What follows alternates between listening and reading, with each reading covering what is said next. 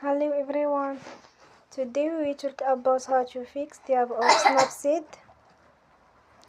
We will go to settings, then we click on apps. After that you will search the app Snapseed and you will click.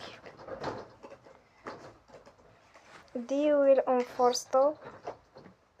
After that you will go to storage. Then we click on clear cache. In the end, you will turn your Wi-Fi and you will turn again.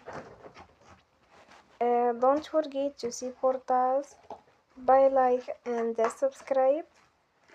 See you next time and thank you for watching.